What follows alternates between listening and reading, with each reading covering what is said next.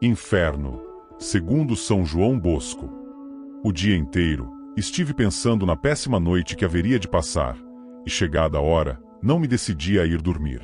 Fiquei lendo, sentado à mesa, até meia-noite. Enchia-me de terror a ideia de ter que presenciar ainda outros espetáculos terríveis. Fiz afinal, violência sobre mim mesmo e fui deitar-me. Para não dormir tão rapidamente, com temor de que a imaginação me levasse aos costumeiros sonhos, apoiei o travesseiro na parede, de modo a ficar quase sentado no leito. Mas como estava moído de cansaço, sem que me desse conta o sono logo se apoderou de mim. E eis que de repente vejo no quarto, junto à minha cama, o homem da noite anterior, o qual me diz: "Levanta-te e vem comigo. Rogo-te, por caridade", lhe respondi, "deixa-me tranquilo, pois estou cansado demais. Há vários dias sou atormentado pela dor de dentes. Deixa-me descansar. Tive sonhos espantosos, estou extenuado." Dizia isso também porque a aparição desse homem é sempre sinal de grande agitação, cansaço e terror. "Levanta-te, que não há tempo a perder", me respondeu. Então levantei-me e seguiu.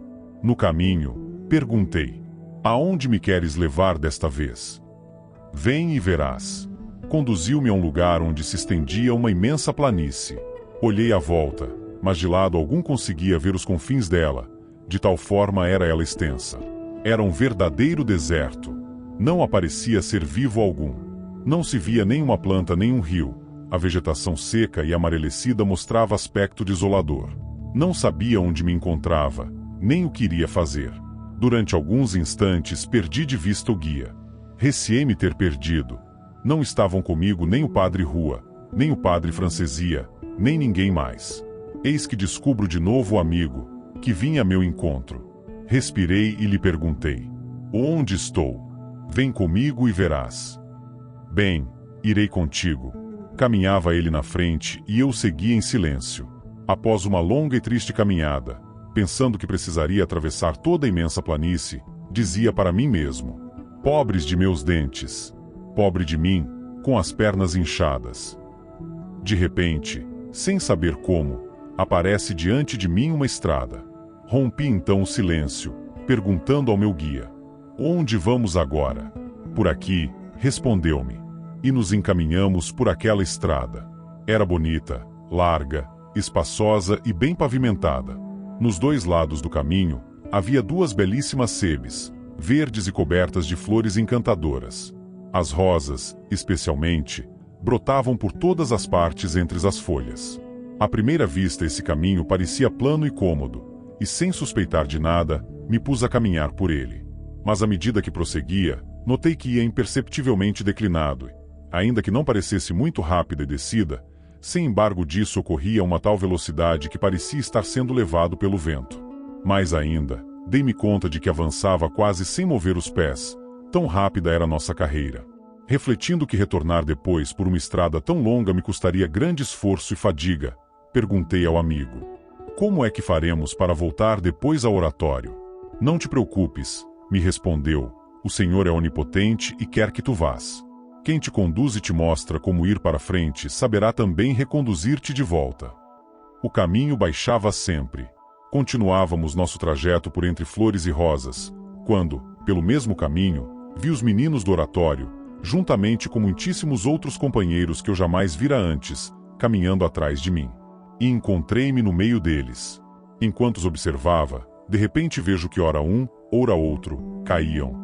Em seguida eram arrastados por uma força invisível rumo a uma horrível encosta que se entrevia à distância, a qual depois vi que ia dar numa fornalha. Perguntei a meu companheiro: "O que é que faz cair esses jovens?"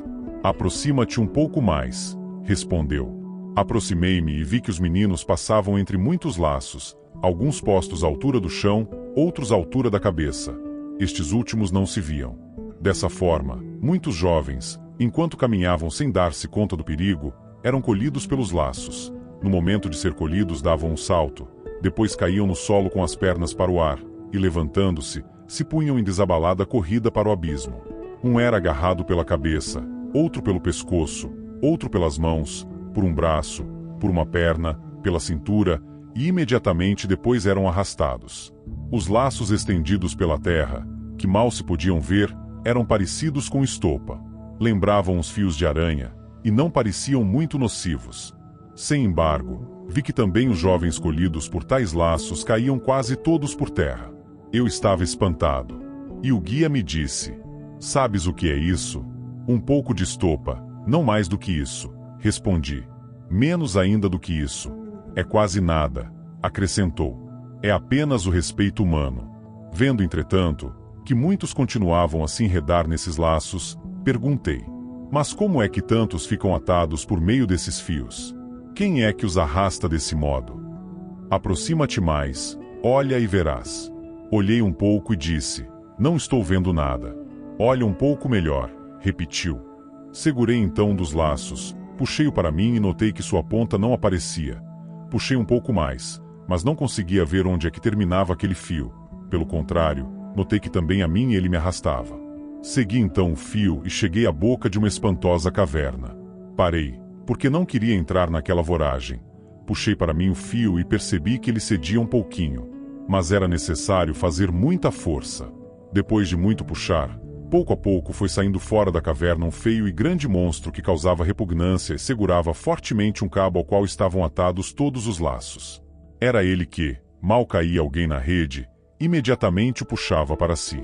É inútil, pensei comigo, competir em força com este monstro medonho, porque não sou capaz de vencê-lo. O melhor é combatê-lo com o sinal da Santa Cruz e com jaculatórias. Voltei, pois, para junto do meu guia, e ele me disse: "Já sabes agora o que é?" "Sim, já sei. É o demônio que estende esses laços para fazer meus jovens caírem no inferno." Observei então com atenção os muitos laços e vi que cada um deles lavava escrito seu próprio título: laço da soberba, da desobediência, da inveja, da impureza, do roubo, da gula, da preguiça, da ira, etc. Feito isso, coloquei-me um pouco atrás para observar quais daqueles laços colhiam maior número de jovens. Eram os da impureza, da desobediência e do orgulho. A este último estavam atados os outros dois. Além desses, vi muitos outros laços que faziam grande estrago, mas não tanto como os primeiros. Sem parar de observar, vi que muitos jovens corriam mais precipitadamente que outros, e perguntei: "Por que essa velocidade?" "Porque", foi-me respondido, "são arrastados pelos laços do respeito humano." Olhando ainda mais atentamente, vi que por entre os laços havia muitas facas espalhadas, ali colocadas por mão providencial, e serviam para cortá-los e rompê-los. A faca maior era contra o laço do orgulho, e representava a meditação. Outra faca também grande, mas um pouco menor, significava a leitura espiritual bem feita. Havia também 2 espadas. Uma delas indicava a devoção ao Santíssimo Sacramento, especialmente com a comunhão frequente. A outra, a devoção a Nossa Senhora. Havia também um martelo, a confissão. Havia outras facas, símbolo das várias devoções, a São José, a São Luís de Gonzaga e outros santos. Com estas armas não poucos rompiam os laços quando eram presos, ou se defendiam para não serem atados. Vi com efeito, jovens que passavam entre os laços sem nunca serem colhidos, ou passavam antes que o laço caísse, ou sabiam esquivá-lo e o laço escorregava sobre os ombros, sobre as costas, de um lado ou de outro, sem, contudo, poder aprisioná-los. Quando o guia se deu conta de que eu havia observado tudo, fez-me continuar o caminho bordado de rosas, que à medida que avançávamos, iam se tornando mais raras, ao passo que começavam a se fazer notar enormes espinhos. Chegamos a um ponto em que, por mais que olhasse, já não encontrava rosa alguma, e no final as sebes se haviam tornado só de espinhos, desfolhadas e secas pelo sol. Das moitas dispersas e ressecadas partiam galhos que serpenteavam pelo solo e impediam o caminho, semeando de tal maneira com espinhos que só com grande dificuldade se podia andar. Havíamos chegado a uma baixada cujas ribanceiras ocultavam as demais regiões vizinhas. O caminho, sempre em declive, se tornava cada vez mais horrível, sem pavimentação, cheio de buracos, degraus, pedras e rochas arredondadas. Havia perdido de vista a todos os meus jovens, muitíssimos dos quais haviam saído daquele caminho traiçoeiro para tomar outros rumos. Continuei caminhando. Quanto mais avançava, mais áspera e rápida era a descida, de modo que às vezes resvalava e caía por terra, onde ficava um pouco para retomar o fôlego. De tempos em tempos o guia me sustentava e me ajudava a levantar. A cada passo as articulações se dobravam e parecia que meus ossos iam desconjuntar. Ofegante, eu dizia ao que me guiava: meu amigo, minhas pernas já não podem me sustentar. Estou tão esgotado que me é impossível prosseguir a caminhada.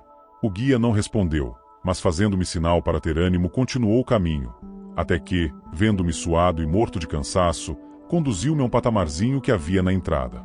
Sentei-me, respirei profundamente e me pareceu descansar um pouco.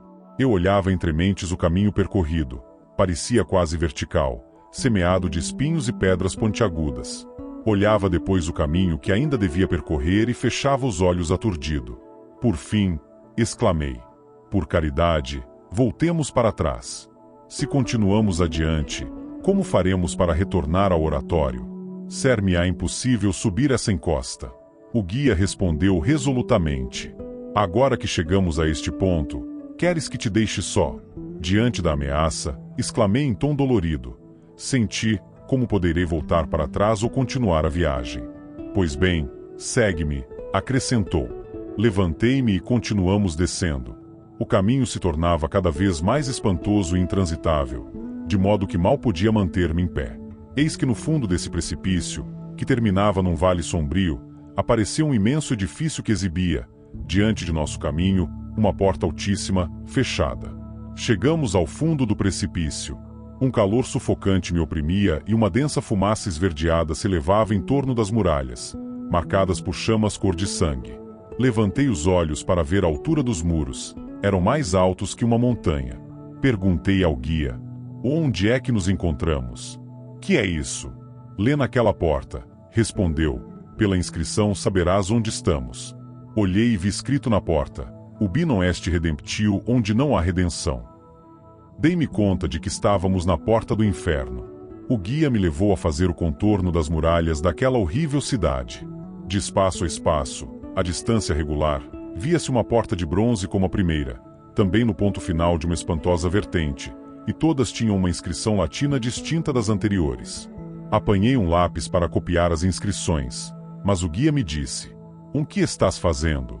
Tomo nota destas inscrições. Não é preciso. Tu as tens todas na escritura. Algumas delas até as mandaste colocar nas portas de teu oratório. Diante de tal espetáculo, eu teria desejado voltar para trás e marchar para o oratório. Já havia dado alguns passos, mas meu guia nem se moveu. Percorremos um imenso e profundíssimo barranco e novamente nos encontramos diante da primeira porta, aos pés da vertente por onde havíamos descido. De repente o guia recuou e, com o rosto entristecido e desfeito, fez sinal para que me afastasse, dizendo: observa. Assustado, voltei os olhos para trás e vi a uma grande distância, por aquele rapidíssimo caminho, alguém que caía precipitadamente. Conforme ia se aproximando, procurava fixar-lhe o rosto, afinal reconheci nele um dos meus jovens. Seus cabelos, em parte desordenados e eriçados, em parte lançados para trás por efeito do vento. Seus braços, estendidos para diante em atitude de quem nada para escapar do naufrágio. Queria parar e não podia. Tropeçava nas pedras salientes do caminho e elas mesmas serviam para dar-lhe mais impulso na queda. Corramos, vamos pará-lo e ajudá-lo, dizia eu, enquanto estendia para ele as mãos. Não, dizia-me o guia. Por que não posso pará-lo? Não sabes como é terrível a vingança de Deus? Porventura crês que és capaz de parar alguém que foge da cólera acesa do Senhor? Entre mentes, o jovem, voltando a cabeça para trás e olhando com olhos esbugalhados para ver se a ira de Deus o perseguia, lançava-se ao fundo e ia chocar-se na porta de bronze, como se em sua fuga não pudesse encontrar melhor refúgio. Por que, perguntava eu, aquele jovem olha para trás com tanto espanto? Por que a ira de Deus atravessa todas as portas do inferno e vai atormentá-los até em meio do fogo? De fato, ante aquele encontrão, com estrondo se abriu a porta. Por trás dela abriram-se ao mesmo tempo, com estrondo ensurdecedor, 2, 10, 100, 1000 portas mais, empurradas pelo jovem que era levado por um torvelinho invisível, irresistível, velocíssimo. Todas essas portas de bronze, uma defronte à outra, embora a grande distância, ficavam um instante abertas. Vi no fundo, muito distante, como que a boca de um grande forno, e enquanto o jovem se precipitava naquela voragem, elevaram-se bolas de fogo. As portas voltaram a fechar-se com a mesma rapidez com que se haviam aberto. Tirei então minha caderneta para escrever o nome e o sobrenome daquele desgraçado, mas o guia, segurando-me pelo braço, intimou-se: espera e observa novamente. Olhei e presenciei outro espetáculo. Vi que por aquela vertente se precipitavam outros 3 jovens das nossas casas, os quais, à maneira de 3 pedras, rolavam rapidissimamente, um após o outro. Tinham os braços abertos e urravam de terror. Chegaram ao fundo e foram bater na primeira porta. No mesmo instante, reconheci todos os 3. A porta se abriu e, por trás delas, as outras 1000. Os jovens foram empurrados no compridíssimo corredor. Ouviu-se um prolongado rumor infernal, que se afastava mais e mais, e desapareceram, cerrando-se as portas. Muitos outros, pouco a pouco, foram caindo atrás desses. Vi cair um pobrezinho empurrado por um pérfido companheiro. Uns caíam sós, outros acompanhados, uns seguros pelo braço e outros soltos, ainda que bastante juntos uns dos outros. Todos levavam escrito na fronte o seu pecado. Eu o chamava com grande aflição, enquanto caíam. Mas os jovens não me ouviam. Retumbavam as portas infernais ao abrir-se, fechavam-se depois, e seguia-se um silêncio sepulcral. Eis uma das causas principais de tantas condenações, exclamou meu guia: maus livros, maus companheiros e hábitos perversos. Os laços que antes havia visto eram os que arrastavam os jovens ao precipício. Ao ver caírem tantos deles, disse com voz desolada: mas então é inútil trabalharmos em nossos colégios, se tantos são os rapazes aos quais aguarda esse fim. Não haverá nenhum outro remédio para impedir a perda de tantas almas. Respondeu o guia: esse é o estado atual em que se encontram, e se morressem, para cá viriam sem mais. Nesse caso, deixa-me anotar seus nomes para que eu possa avisá-los e pô-los no caminho do paraíso. Ou creis que alguns deles, avisado, se corrigiriam? Num primeiro momento, o aviso os impressionará, depois o desprezarão, dizendo: é um sonho, e ficarão piores do que antes. Outros, sabendo-os e descobertos, frequentarão os sacramentos, mas sem boa vontade e sem mérito, porque não farão bem. Outros se confessarão, mas só por temor momentâneo do inferno, sem arrancar de seu coração o afeto ao pecado. Não há então remédio para esses jovens? Dá-me um remédio que possa salvá-los. Eles têm superiores, que lhes obedeçam. Têm um regulamento, que o observem. Têm os sacramentos, que os frequentem. Nesse meio tempo, precipitou-se outro bando de jovens, e as portas ficaram abertas por uns instantes. Entra tu também, me disse o guia. Retrocedi horrorizado. Estava com a ideia de que devia voltar logo ao oratório para avisar os jovens e segurá-los para que nenhum se perdesse. Mas o guia insistiu: vem, e aprenderás muitas coisas. Diz-me antes, porém, queres ir só ou acompanhado? Disse isso para que eu reconhecesse a insuficiência de minhas forças, e ao mesmo tempo a necessidade de sua benévola assistência. Respondi: a esse lugar de horrores, sem ser ajudado por tua bondade, quem é que me poderia ensinar o caminho de volta? Mas no mesmo instante senti-me cheio de coragem, pensando comigo mesmo: só pode ir para o inferno quem já foi julgado, e eu ainda não fui. Em consequência, exclamei resoluto: entremos, pois. Adentramos aquele estreito e horrível corredor. Corríamos com a velocidade do relâmpago. Em cada uma das portas interiores brilhava com tétrica luz uma inscrição ameaçadora. Quando terminamos, fomos parar num vasto e tenebroso pátio, em cujo fundo via-se uma grossa e horrível portinha, como jamais vi igual, e nela estava escrita estas palavras: os ímpios irão para o fogo eterno. Todas as paredes em volta estavam cheias de inscrições. Pedi permissão para o guia para lê-las, e me respondeu: à vontade. Então examinei tudo. Num lugar, vi escrito: darei fogo às suas carnes para que queime eternamente. Serão atormentados dia e noite pelos séculos dos séculos. Noutro lugar, e aqui está o conjunto dos moles pelos séculos dos séculos. E noutro, aqui não há ordem, mas habita horror eterno. E eternamente estará subindo o fumo de seus tormentos. Não há paz para os ímpios. Clamor e ranger de dentes. Enquanto eu estava lendo as inscrições à volta, o guia, que havia ficado no meio do pátio, aproximou-se e me disse: a partir daqui ninguém mais poderá ter um companheiro que o sustente, um amigo que o conforte, um coração que o ame, um olhar compassivo, uma palavra benévola. Passamos a linha. Queres ver ou experimentar? Só quero ver, respondi. Vem então, acrescentou o amigo, e tomou-me pela mão. Levou-me assim adiante daquela portinha e abriu-a. Comunicava com um espaço em cujo fundo havia uma grande cova fechada com uma ampla janela de um só cristal que ia desde o piso até o teto, e através do qual se podia divisar o interior. Dei um passo para trás e retrocedi até o umbral da porta, tomado por indescritível terror. Apareceu diante de meus olhos uma espécie de imensa caverna que se perdia como que nas entranhas da montanha, cheias de fogo, não como vemos na terra, com chamas vivas, mas um fogo tal e tão ardente que tudo que havia em torno estava torrado e embranquecido pelo excessivo calor. Paredes, tetos, chão, ferro, pedra, lenha, carvão, tudo estava branco e incandescente. Com certeza o fogo era de milhares e milhares de graus de calor, mas nada se reduzia a cinzas, nada se consumia. Não sou capaz de descrever aquela caverna em toda a sua espantosa realidade. Enquanto eu olhava tudo aquilo estarrecido, vejo inesperadamente cair com fúria incoercível um jovem que, lançando um grito lancinante, como de uma pessoa que estivesse a ponto de cair num lago de bronze derretido, se precipita no meio do fogo, torna-se incandescente como toda a caverna e fica imóvel, ressoando por uns instantes o eco de sua voz agoniada. Cheio de horror, fechei os olhos no jovem, e pareceu-me um do oratório, um de meus filhos. Mas não é este um de meus rapazes? Perguntei ao guia, não é fulano de tal? Sim, é ele, me respondeu. O e por quê? Acrescentei. Não muda de posição? Como é que está assim incandescente e não se consome? Preferiste ver, por isso agora não me fales. Olha e verás.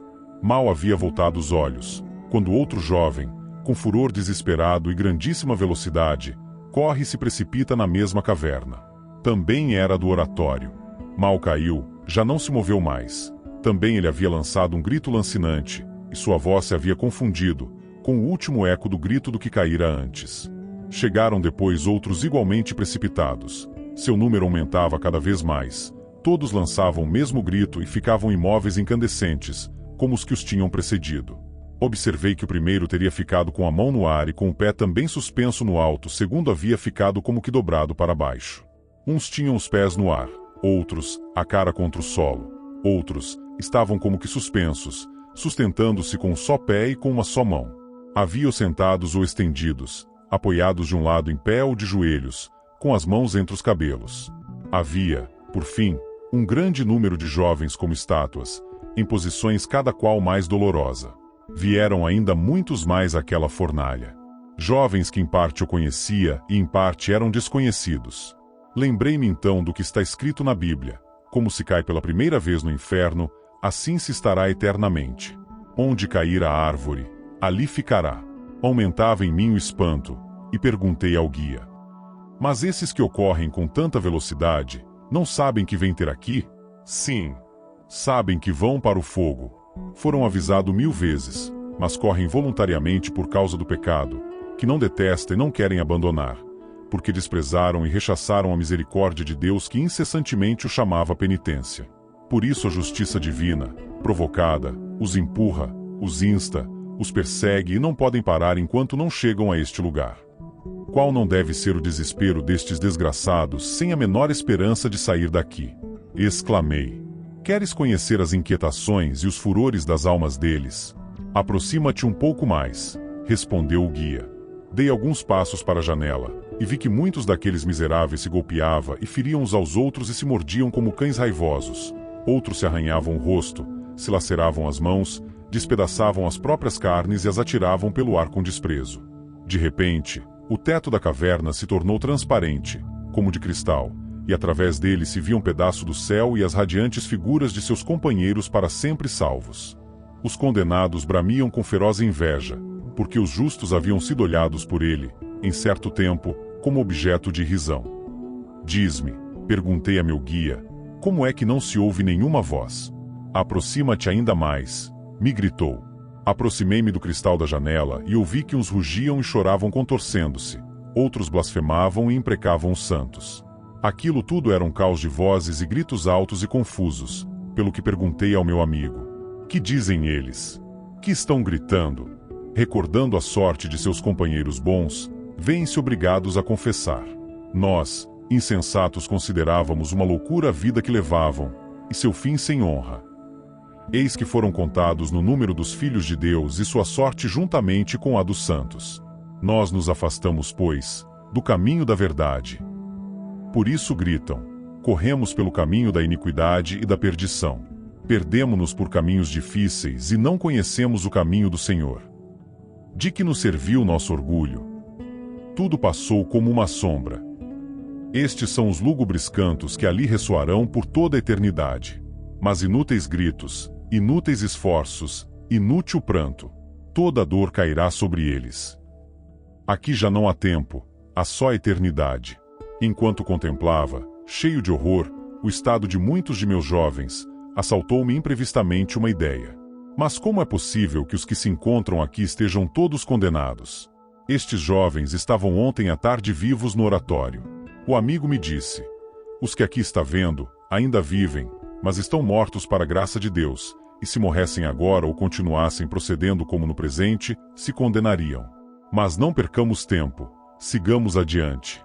E me afastou daquele lugar, e por um corredor que baixava um profundo subterrâneo me conduziu a outro em cuja entrada estava escrito: seu verme não morrerá e o fogo não se extinguirá. O Senhor Onipotente dará fogo e vermes às suas carnes para que ardam e sofram eternamente. Ali se contemplava o espetáculo dos atrozes remorsos dos que foram educados em nossas casas. A recordação de todos e de cada um dos pecados não perdoados e sua justa condenação. Há de terem tido 1000 remédios até mesmo extraordinários para se converterem ao Senhor, para serem perseverantes no bem, para ganharem o paraíso. A recordação de tantas graças prometidas, oferecidas e dadas por Maria Santíssima e não correspondidas. Terem podido se salvar com tão pouco esforço e perderem-se irremissivelmente para sempre. Lembrarem de tantos bons propósitos feitos e não cumpridos. Bem diz o provérbio que o inferno está cheio de boas intenções não realizadas. Ali voltei a ver todos os jovens do oratório que havia visto pouco antes naquele forno, alguns dos quais me estão ouvindo neste momento. Outros já estiveram conosco, outros eu não conhecia. Aproximei-me e observei que todos estavam cheios de vermes e animais asquerosos que lhes roíam e consumiam o coração, os olhos, as mãos, as pernas, os braços, de maneira tão miserável que nem sei exprimir com palavras. Estavam imóveis, expostos a toda espécie de moléstias, e não podiam defender-se de modo algum. Aproximei-me ainda mais para que me vissem esperando poder falar-lhes para que me dissessem algo, mas nenhum falava e nem me olhava. Perguntei então ao guia a causa disso, e me foi respondido que no outro mundo os condenados não têm liberdade. Cada um sofre ali todo o castigo que Deus lhe impôs, sem que possa haver mutação de espécie alguma. Agora é preciso, acrescentou, que também tu vás ao meio daquela região de fogo que viste. Não, respondi aterrorizado, para ir ao inferno é preciso ser antes julgado. Eu ainda não fui. Não quero, pois, ir ao inferno. Diz-me, observou o amigo, o que te parece melhor? Ir ao inferno e livrar teus jovens, ou ficares fora e deixá-los no meio de tantos tormentos? Atordoado diante desta proposta, respondi: quero muito a meus caros jovens, quero que todos se salvem. Mas não poderíamos fazer de tal forma que nem eles nem eu entremos. Ainda estás em tempo, me respondeu o amigo, e também eles estão, desde que faças tudo o que podes. Meu coração se dilatou e eu disse para mim mesmo: pouco me importa sofrer, desde que possa livrar dos tormentos estes meus queridos filhos. Vem, pois, prosseguiu o amigo, e vê a bondade e a onipotência de Deus, que amorosamente emprega 1000 meios de chamar à penitência teus jovens, e salvá-los da morte eterna. Tomou-me pela mão para introduzir-me na caverna. Mal pus os pés no umbral e encontrei inesperadamente transportado para uma magnífica sala com porta de cristal. Sobre estas, a regular distâncias pendiam largos véus que cobriam outros tantos departamentos que comunicavam com a caverna. O guia me indicou um dos véus, sobre o qual estava escrito o 6º mandamento, e exclamou: a transgressão desse mandamento é a causa da ruína eterna de muitos jovens. Mas não se confessaram. Sim, confessaram-se, mas os pecados contra a bela virtude, confessaram-nos mal ou calaram-nos por completo. Por exemplo, um que havia cometido 4 ou 5 desses pecados, confessou somente 2 ou 3. A quem tenha cometido um só na meninice e sempre teve vergonha de confessá-lo, ou confessou mal, ou não disse tudo. Outros não tiveram arrependimento nem propósito. Mais ainda, alguns, em vez de examinar sua consciência, estudavam o modo de enganar o confessor. E o que morre com tal resolução está disposto a ser do número de condenados, e assim será para toda a eternidade. Só os que, arrependidos de todo o coração, morrem com a esperança da eterna salvação, esses serão eternamente felizes. E agora queres ver por que a misericórdia de Deus te conduziu até aqui? Levantei o véu e vi um grupo de meninos do oratório, todos meus conhecidos, condenados por esse pecado. Entre eles havia alguns que, na aparência, têm boa conduta. Pelo menos agora me deixarás escrever os nomes desses meninos para poder adverti-los em particular. Não é preciso, me respondeu. O que devo então dizer a eles? Prega por toda parte contra a impureza. Basta avisá-los em geral, e não te esqueças de que, ainda que os avises em particular, prometerão, mas nem sempre com firmeza. Para conseguir isso se requer a graça de Deus, a qual, se pedida, jamais faltará a teus jovens. O bom Deus manifesta especialmente seu poder em se compadecer e perdoar. Oração, pois, e sacrifício de tua parte. Quanto aos jovens, que ouçam tuas exortações, interroguem suas consciências, e ela lhes sugerirá o que devem fazer. Estivemos então conversando cerca de meia hora sobre as condições necessárias para fazer uma boa confissão. Depois o guia repetiu várias vezes, erguendo a voz. O avertere. Avertere. O que significa essa exclamação? Mudar de vida, mudar de vida. Todo confuso por aquela revelação, baixei a cabeça e estava a ponto de me retirar, quando o guia me chamou dizendo: ainda não viste tudo. E dirigindo-se à outra parte, levantou outro véu, sobre o qual estava escrito: os que querem ficar ricos, caem na tentação e no laço do demônio. Li e exclamei: isso não diz respeito aos meus jovens, porque são pobres como eu, não somos ricos nem pretendemos sê-lo. Nem sequer o imaginamos. Removido o véu, apareceram no fundo alguns meninos, todos meus conhecidos, que sofriam como os anteriores, e mostrando-os, me disse: acho que é bem a teus meninos que essa inscrição diz respeito. Explica-me, pois, o porquê da palavra ricos. Perguntei: por exemplo, alguns dos teus jovens têm um coração de tal maneira apegado a algum objeto material, que esse afeto os afasta do amor de Deus, e por isso faltam com caridade, a piedade, a mansidão. Não somente com o uso das riquezas se perverte o coração, mas também com o desejo delas, sobretudo se esse desejo ofende a justiça. Teus jovens são pobres, mas repara que a gula e o ócio são péssimos conselheiros. Há alguns que em seus lugares de origem se tornaram culpados de furtos significativos, e podendo, não penso em restituir. Há quem estuda a maneira de abrir com chaves falsas a despensa, quem procura entrar no escritório do prefeito ou do econômico da casa, quem vai remexer as malas dos companheiros para roubar-lhes comestíveis, dinheiro ou livros para seu uso. De uns e de outros me disse os nomes, e prosseguiu: alguns se encontram aqui por se terem apropriado de objetos do vestuário, roupa branca, cobertores e colchas que pertenciam à rouparia do oratório, para enviá-los às suas casas. Alguns, por terem causado voluntariamente danos graves e não os terem reparado. Outros, por não terem devolvido coisas que lhes haviam sido emprestadas, e alguns por terem retido somas de dinheiro que lhes haviam sido confiadas para que as entregassem ao superior. E concluiu dizendo: já que tais pessoas te foram indicadas, avisa-as.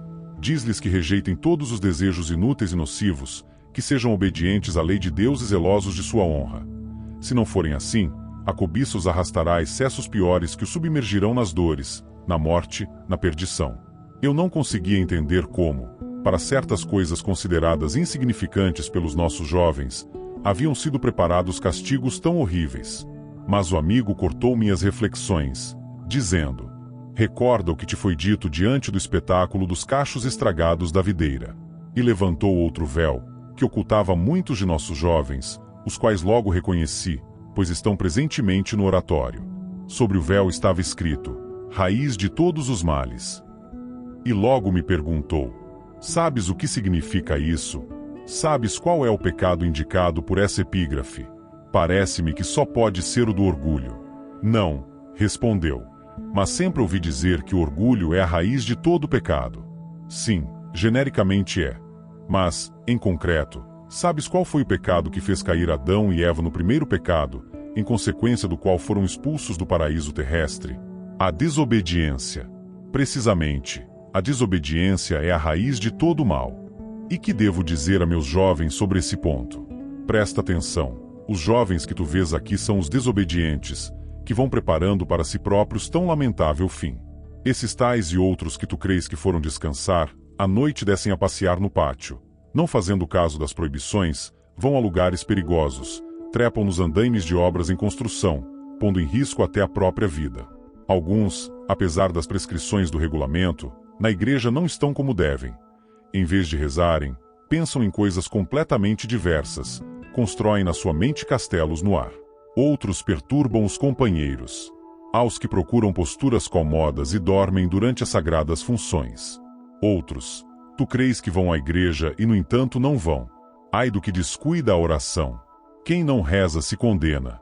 Alguns estão aqui porque, em vez de cantar os cânticos sagrados ou ofício da Santíssima Virgem, leem livros que tratam de tudo menos de religião, e alguns, o que é muito vergonhoso, chegam a ler livros proibidos. E continuou enumerando várias outras transgressões que são causa de graves desordens. Quando terminou, comovido olhei o guia na face. Ele também me fitou, e eu lhe disse: e todas essas coisas, poderei contá-las a meus jovens? Sim, podes dizer a todos eles aquilo de que te recordares. E que conselho poderei dar-lhes para que não lhes sucedam tão graves desgraças? Insistirás demonstrando como a obediência, mesmo nas menores coisas, a Deus, à igreja, aos pais e aos superiores, o salvará. Ou e que mais? Dirás a teus jovens que evitem muito ócio, porque essa foi a causa do pecado de Davi. Diz-lhes que estejam sempre ocupados, porque assim o demônio não terá tempo de assaltá-los. Inclinei a cabeça e prometi. Não mais suportando aquele terror, disse o amigo: agradeço-te a caridade que tiveste comigo, mas rogo-te que me faças sair daqui. Vem comigo, disse-me então, e, encorajando-me, tomou-me pela mão e sustentou-me, porque eu me senti extenuado e sem forças. Uma vez saídos da sala, atravessamos rapidamente o horrível pátio e o largo corredor de entrada. Antes de atravessar o umbral da última porta de bronze, mais uma vez voltou-se para mim e exclamou: agora que viste os tormentos dos outros, é preciso que tu também experimentes um pouco o inferno. Não! Gritei horrorizado. Ele insistia e eu recusava sempre. Não temas, dizia-me, é só para experimentar. Toca nessa muralha. Eu não tinha coragem e queria afastar-me, mas ele me segurou, dizendo-me: ou no entanto, é necessário que experimentes. E me agarrou resolutamente pelo braço e me levou para junto da muralha, dizendo: toca rapidamente uma vez só, para que possas dizer que estiveste visitando as muralhas dos suplícios eternos e as tocaste, e também para que compreendas como será a última muralha, se a primeira já é tão terrível. Vês esta muralha? Observei-a com mais atenção. Era de colossal espessura. O guia prosseguiu: esta é a 1000ª parede antes de chegar ao verdadeiro fogo do inferno. 1000 muralhas o rodeiam. Cada uma delas tem 1000 medidas de espessura, e essa é a distância entre cada uma delas. Cada medida é de 1000 milhas. Esta muralha dista, pois, 1 milhão de milhas do verdadeiro fogo do inferno e, portanto, é um pequeníssimo princípio do mesmo inferno. Dito isso, e vendo que eu me encolhia para não tocar a muralha, agarrou minha mão, abriu-a com força e fez com que eu a encostasse na pedra daquela 1000ª muralha. Naquele instante senti uma queimadura tão intensa e dolorosa, que saltando para trás e dando um fortíssimo grito, acordei. Encontrei-me sentado na cama, e sentindo que a mão ardia, esfregava-a na outra mão para fazer cessar aquela sensação. Quando amanheceu, observei que a mão estava realmente inchada, e a impressão imaginária daquele fogo foi tão forte que pouco depois a pele da palma da mão se desprendeu e mudou. Tende em consideração que não vos contei estas coisas com todo o seu horror tal como as vi, e com a impressão que me fizeram, para não vos assustar demais. Sabemos que o Senhor nunca falou do inferno a não ser por figuras, porque, ainda quando nolo houvesse descrito como é, não o teríamos entendido. Nenhum mortal pode compreender essas coisas. O Senhor as conhece e pode dizê-las a quem quiser. Várias noites sucessivas tive tal perturbação, que não pude dormir por causa do medo.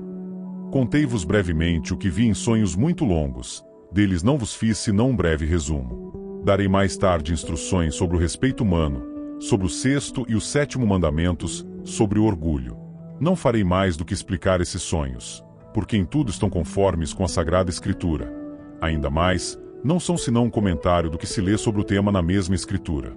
Nestas noites, já vos contei algumas coisas, mas quando puder vir falar-vos, contar-vos-ei as restantes, dando-vos as respectivas explicações. Dom Bosco teve suas principais visões sobre o inferno em diferentes momentos de sua vida. A primeira ocorreu quando ele tinha 9 anos de idade. Em 1824, foi o sonho inaugural onde viu crianças se transformando em animais ferozes e depois em cordeiros. Outra visão importante do inferno aconteceu em 1869, quando ele já era sacerdote adulto. Esta foi registrada em detalhes e é a mais citada, com descrições vívidas dos diferentes compartimentos do inferno. Ele também teve visões relacionadas ao tema em 1873 e outras ao longo de sua vida sacerdotal. Dom Bosco costumava registrar esses sonhos proféticos em cartas e documentos que eram lidos aos seus salesianos e jovens, como forma de advertência espiritual. A visão de Dom Bosco nos lembra que nossas escolhas têm consequências eternas. Mas há esperança. Enquanto há vida, há possibilidade de conversão. Não espere o amanhã. Comece hoje sua jornada de volta para Deus. Se este vídeo tocou seu coração, deixe seu like, compartilhe com quem precisa ouvir esta mensagem e se inscreva no canal para mais conteúdo sobre fé e salvação. Que a misericórdia de Deus nos alcance a todos. Até o próximo vídeo.